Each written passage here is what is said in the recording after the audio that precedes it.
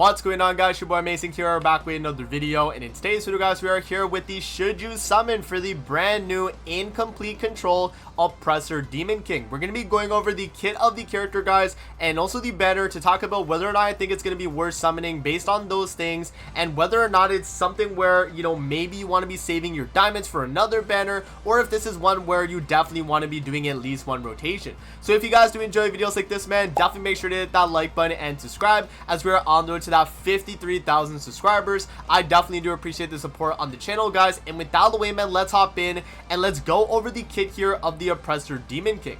So incomplete control, Oppressor Demon King is UR rarity, darkness attribute, demon race. For the passive here, Oppressor's Might increases all stats of demon allies by 4% and decreases their damage taken by 10% for each one participating in the battle. Applies pitch black shield on allies at the start of the battle if all allies participating in the battle are demon race. Pitch black shield is going to grant a barrier equal to 700% of the target's initial defense, and it's going to decrease final damage taken from all target attacks by 50%. Now this is something also that is mentioned in the dupes, guys. We'll talk about exactly what changes with the dupes, but that is definitely something right there that is added after getting 2 out of 6, so just keep that in mind. Now, applies Hand of Oppression on enemies with a lower initial defense than the hero at the start of the battle, and all stats of the hero increase by 8% for each Hand of Oppression applied to enemies. Now, Hand of Oppression is going to be all stats minus 10% and damage dealt minus 50% when using a skill on a demon.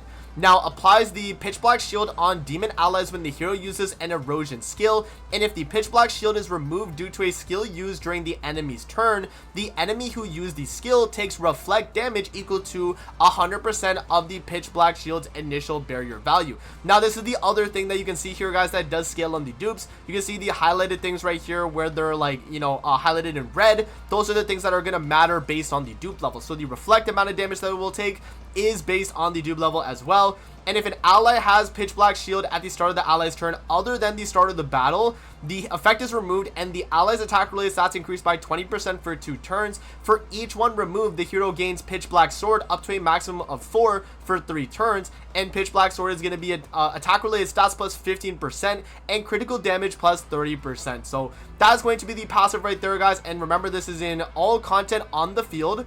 Now, moving on, he does also have a talent. This is Dark Authority, removes 1 buff from all enemies and applies Pitch Black Curse for 2 turns. Now, Pitch Black Curse is going to apply corrosion on the hero, which inflicts damage equal to 10% of remaining HP for 2 turns.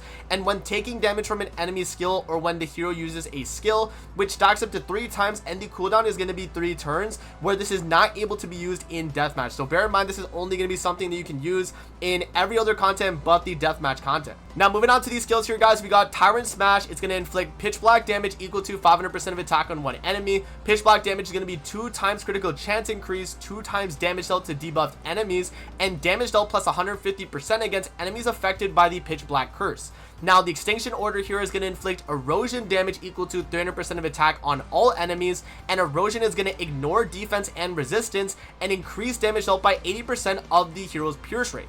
Now, moving on to the ultimate here, guys, Hellgate Blade. You're going to gain 2 pitch black sword effects for 3 turns, and it inflicts pitch black damage equal to 500% of attack on all enemies. And again, guys, pitch black is going to be the exact same thing as the first skill that we have here.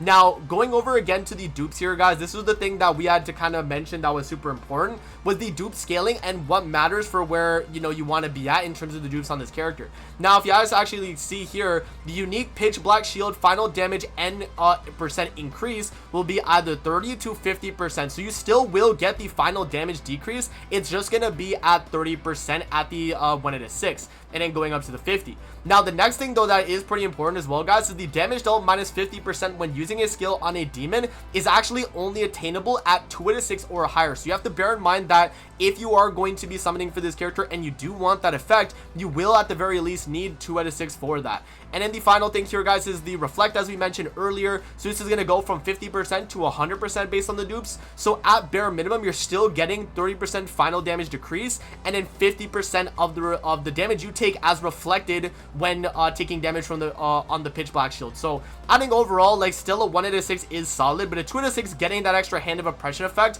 I think is probably going to be ideal if you are someone that is summoning for this character. Alright guys, so that is going to be the actual kit of the character there for the Oppressor Demon King. Let's actually move on now to the banner, and we'll talk about the featured characters that are available here. So again, the main rate up character is going to be the Oppressor Demon King. He's going to be at a 0.25% rate. Now, as you guys can see, we do also have 4 UR festivals available, being UR Gother, DK Meliodas, you have Thor, and then also the UR Lancelot.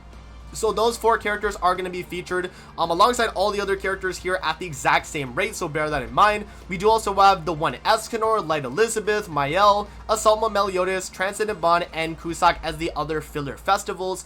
And then looking at the actual like character filler here that's not festival list, it's going to be Nascience, Red Esterosa, Light Percival, you have the Christmas Lilia, that is Green Elat, you have the Red Halloween Merlin if I'm not mistaken, Valentine's King, you do also have the Red Gelda, you have the Blue Infinity Merlin, you have the Valentine's Diane, you do also have Roxy, and you also have Ominous Nebula Zeldris, Tristan, the Danafor Liz, and Angohad as well. So overall guys, if we're looking at the filler of this banner, it's honestly not too bad. I would say there's only like a few characters here that I'm like, if I pull them, it's just not really good for my account, and just in general for you guys. Like if I was to pull like Danafor Liz or, you know, like Christmas Lilia at this point, it's like, you know, I don't really need those characters. Same with like Tristan, you know, it's things where you probably don't need use out of them. But yeah, I mean, for the rest of the characters here that are regular filler, I mean, it's pretty solid. You know, you got like the Red Merlin, the Blue Merlin, you got Gelda, Valentine's Diane, you also have Red Esterosa and Nascience being big standouts on the banner. So with that being said, I think that's definitely a pretty good filler list, other than the fact that the festivals clogging it up here from Escanor to Cusack are kind of bad.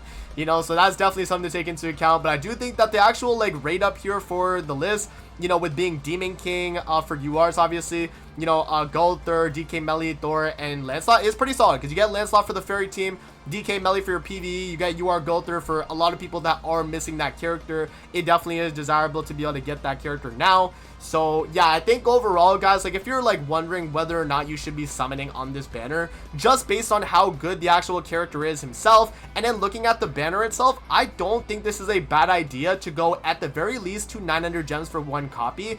If you are trying to chase for dupes though, again, I mentioned it's something where, you know, it is nice to get the 2 out of 6 because you do get that hand of oppression effect, but you don't necessarily need to have that effect. And I do think that just having a 1 out of 6 of this character will probably make him insanely strong. You know, it's just in a mirror matchup setup that when you're in this setup where you have the hand of oppression, it's going to make it so that it's going to be a lot better for the person that has the 2 out of 6 versus someone that's running 1 out of 6.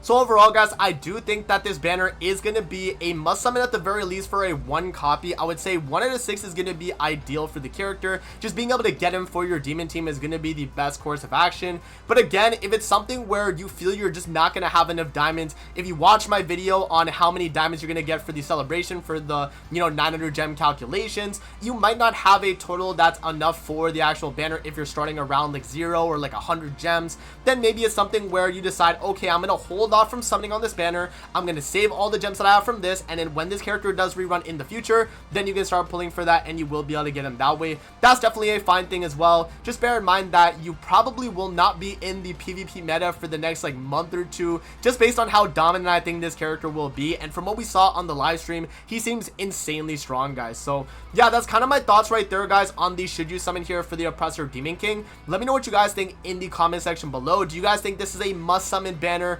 Are you guys summoning on the banner, or are you skipping as well? Let me know down below in the comment section below. But that's gonna be it for the video. I hope you guys did enjoy, and I'm gonna see you guys on the next one, man. Peace out, have a great rest of your day guys. See you later, man.